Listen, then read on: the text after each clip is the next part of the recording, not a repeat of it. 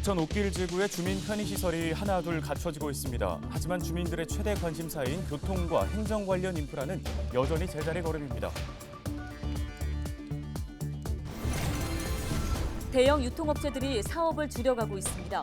대형마트가 나간 자리에 고층 주상 복합 건물이 들어서고 있는데요. 주거 환경이 나빠지고 있습니다. 소식 취재했습니다.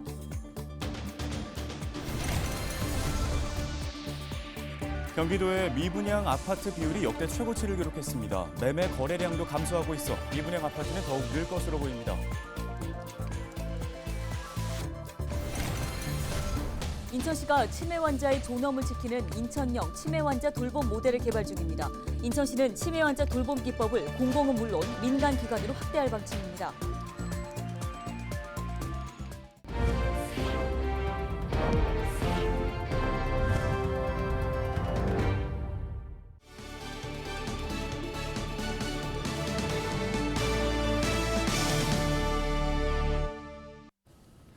여러분 안녕하십니까? 헬로티비 뉴스입니다. 첫 소식입니다.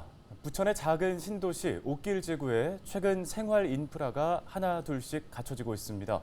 공공주택지구 형성 초기 주민 편의시설이 턱없이 부족했던 시절에 비하면 많이 나아진 모습인데요. 네, 하지만 여전히 해결되지 못한 교통, 행정 관련 민원은 수년째 계속되고 있습니다.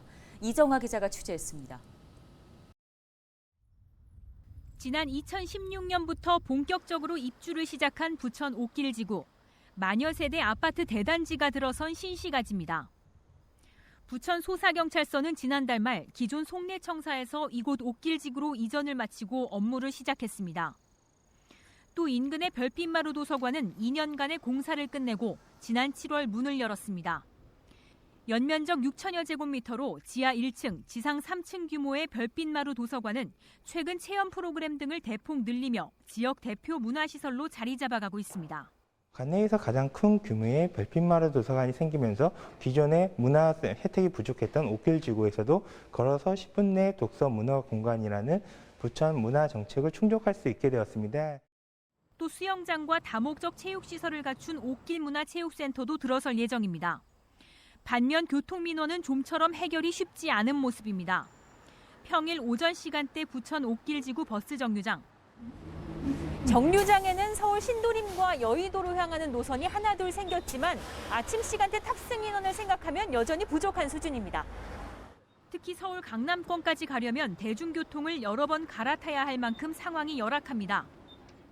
당초 교통민원의 유일한 해결책으로 거론됐던 제2경인선 신설마저 차량기지 이전 문제가 장기간 돌파구를 찾지 못하고 있어 사업이 더 지연될 가능성이 큽니다.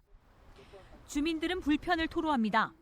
직장인들이 출퇴근하는 쪽엔 버스가 없어서 거주하는 분들이 되게 불편해하시고요. 이 지역을 떠나는 상황까지 이렇게 발생하고 있습니다. 고등학교 없으니까 출퇴근 시간에 또 고등학생들도 같이 버스를 타야 되는 그런 상황이 생겼습니다. 이와 함께 현재 광역동 체제 내에서는 옥길지구 주민들이 관할 행정동인 범안동 행정복지센터를 찾아 이용해야 하는 등 입주 7년 차를 맞이한 옥길지구에서 시민들의 불만과 민원이 거듭 반복되고 있습니다. 헬로티비 뉴스 이정아입니다. 대형 유통업체들이 우리 지역에서도 대형마트 사업을 줄여가고 있습니다. 온라인 시장이 커졌기 때문인데요. 대형마트가 나간 자리에 고층 주상 복합 건물만 늘어나 주거 환경은 악화될 것이라는 우려입니다. 이관성 기자가 취재했습니다. 부천 신중동역 바로 옆 부지에 들어선 49층 규모의 오피스텔 건물입니다. 이곳엔 지난 1996년부터 2018년까지 대형마트 건물이 있었습니다. 당시 사업자인 홈플러스는 매출 부진을 견디지 못하고 신중동점 문을 닫았습니다. 홈플러스는 2년 뒤 전국 매출 상위권인 상동점도 매각했습니다. 부동산 가치 상승이 컸던 당시 매각 가격은 4,320억 원.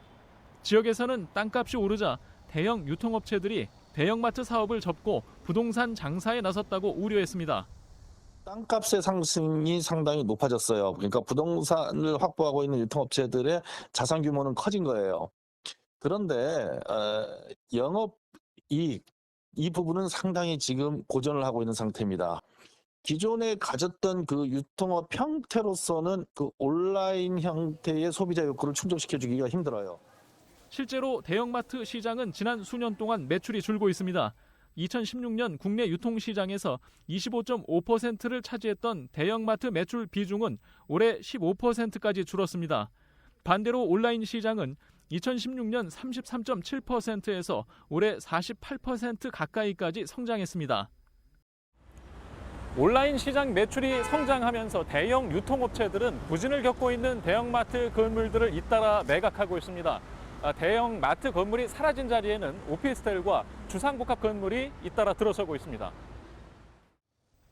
올해는 이마트도 부천시청 옆 중동점을 매각했습니다. 매각 금액만 3,811억 원. 지역에서는 벌써부터 주상복합 건물이 들어설 것이라는 관심이 늘고 있습니다. 초고층 오피스텔과 주상복합 건물이 들어서면 도심 밀집 지역에 수천 세대가 늘어나 일기 신도시 주거 환경은 더 나빠질 것으로 보입니다. 이렇게 주상복합 건물들이 도심의 고밀 개발이 이루어지게 되면 도시의 주거 환경들이 많이 악화되는 부작용들이 나타날 수가 있습니다. 대형 유통업체들은 과거 싸게 사들인 상업용지와 대형마트 건물을 비싼 값에 팔아 자산 유동성을 확보하고 있습니다. 고밀도 도심 주민들은 주거 환경 악화를 떠안아야 하는 상황입니다. 헬로티비 뉴스 이관서입니다. 청약 불패라고 불리던 수도권에 청약 미달은 물론 미분양 아파트가 늘고 있습니다. 경기도가 7월까지 미분양 아파트를 조사했는데요. 역대 최고치를 기록했습니다. 매매 거래량도 감소하고 있어 불 꺼진 아파트 더 늘어날 것으로 보입니다. 김소영 기자입니다. 경기도 7월 미분양 물량은 3천여 세대로 2020년 말 이후 역대 최고치를 기록했습니다. 지난해 8월 기준 미분양 물량에 비해 4배 이상 늘었습니다.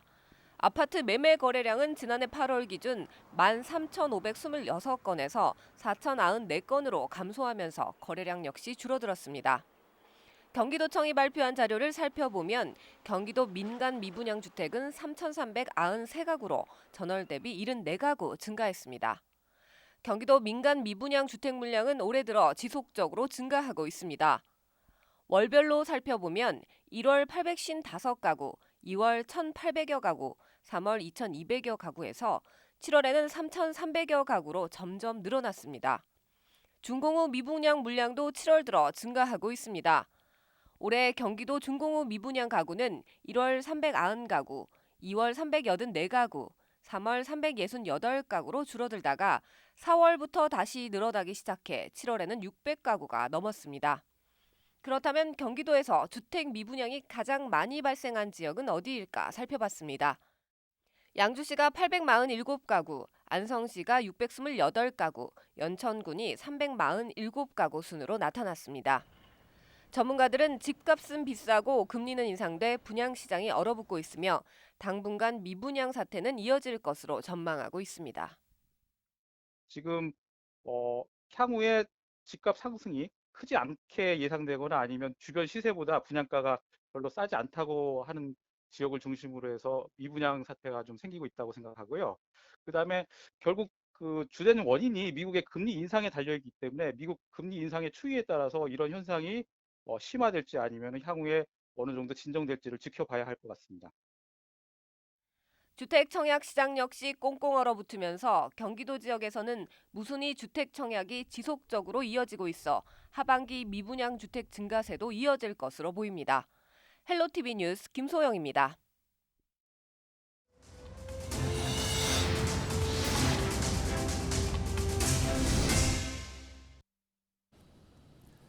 국내 65세 이상 치매 상병자 수는 약 86만 명으로 전체 노인 인구의 11.2%를 차지합니다. 2010년 이후 2019년까지 치매 상병자 수는 약 3배 증가했는데요. 특히 치매 환자를 돌보는 과정에서 폭행과 감금 등 인권 침해 문제가 발생하기도 합니다. 인천시가 치매 환자의 존엄을 지키는 인천형 치매 환자 돌봄 모델을 개발하고 있다는 소식입니다. 네, 지금 이곳은 휴머니튜드 전문가 양성 교육 현장인데요. 휴머니튜드는 프랑스어로 인간다움을 뜻합니다. 치매 환자를 환자가 아닌 사람으로 바라보며 인간다움을 계속 존중해 나가는 게 핵심인데요. 기존 치매 환자의 돌봄 방법이 신체 억제와 신경 안정제 사용을 우선시했다면 휴머니튜드는 이를 최소화하고 감정과 감각을 그대로 유지시키며 환자를 돌보는 데 중점을 두고 있습니다. 환자들의 변화된 모습도 보고 저희 직원들이 이제 너무 기뻤고 환자들도 또 가족들도 너무 좋아해서 너무 의미가 있었고요. 계속 좀 전문적인 교육을 받고 병원에 적용해서 저희들도 환자들한테 보다 나은 서비스를 줬으면 좋겠다.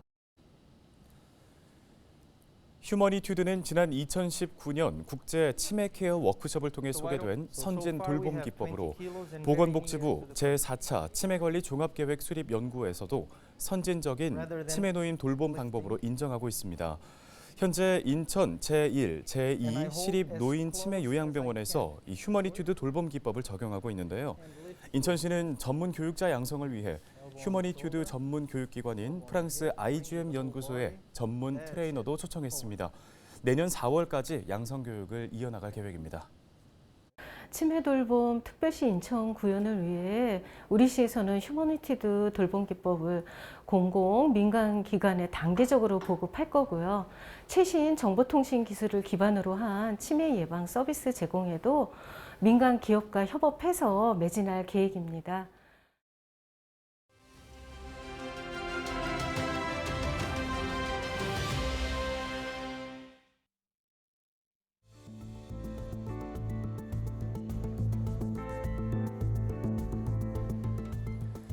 태풍 바비, 마이삭, 하이선 이렇게 모든 태풍은 다 고유의 이름을 갖고 있는데요.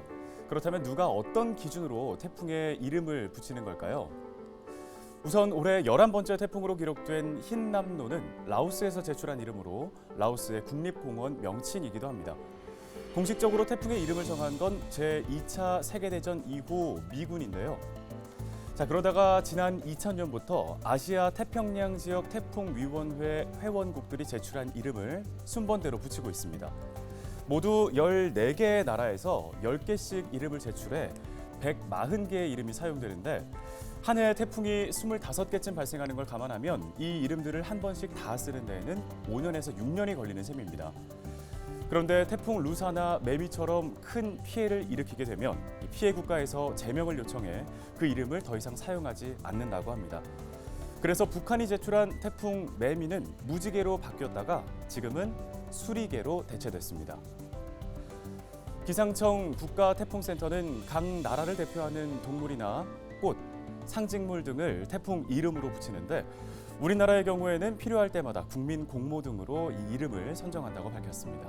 지금까지 데일리 브리핑이었습니다.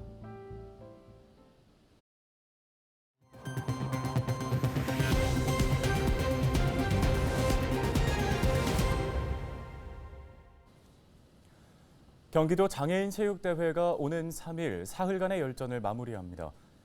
경기도 장애인 체육대회 개회식이 지난 1일 용인에서 열렸는데요. 코로나19의 여파로 열리지 못했던 경기도 장애인 체육대회가 3년 만에 도민들을 찾아왔습니다. 대회에는 31개 시군 4천여 명의 선수단이 참여했는데요. 선수들은 농구와 수영, e스포츠 등 17개 종목에서 열띤 경쟁을 펼치고 있습니다. 인천과 경기 지역의 코로나19 신규 확진자가 전날보다 증가하며 감소세가 주춤했지만 한 주 전보다는 소폭 줄었습니다. 2일 0시 기준 인천 지역 코로나19 신규 확진자는 5,178명으로 전날보다 700여 명 늘었습니다. 반면 일주일 전과 비교하면 240여 명 감소했는데요. 지역별로는 부평이 779명, 계양이 513명 발생했습니다. 전담 병상 가동률은 38.7%, 중증 환자 병상 가동률은 26.8%입니다. 같은 날 경기도는 23,629명의 신규 확진자가 발생했고 전날보다는 3,380명 증가했지만 일주일 전보다는 910명 줄었습니다. 지역별로 부천에서 1,364명, 김포에서 839명이 발생했습니다. 전담 병상 가동률은 46.2%, 중증 환자 병상 가동률은 36.6%를 기록 중입니다. 경기도가 추석을 앞두고 소상공인과 중소기업을 위해 긴급 자금을 지원합니다. 도는 먼저 1,000억 원 규모의 소상공인 대환 자금을 지원하는데요. 융자 조건은 한 곳당 최대 1억 원으로 5년 거치 4년 균등 상환 조건으로 은행 금리보다 최대 2% 낮게 이용할 수 있습니다. 뉴스 마치겠습니다. 네, 고맙습니다.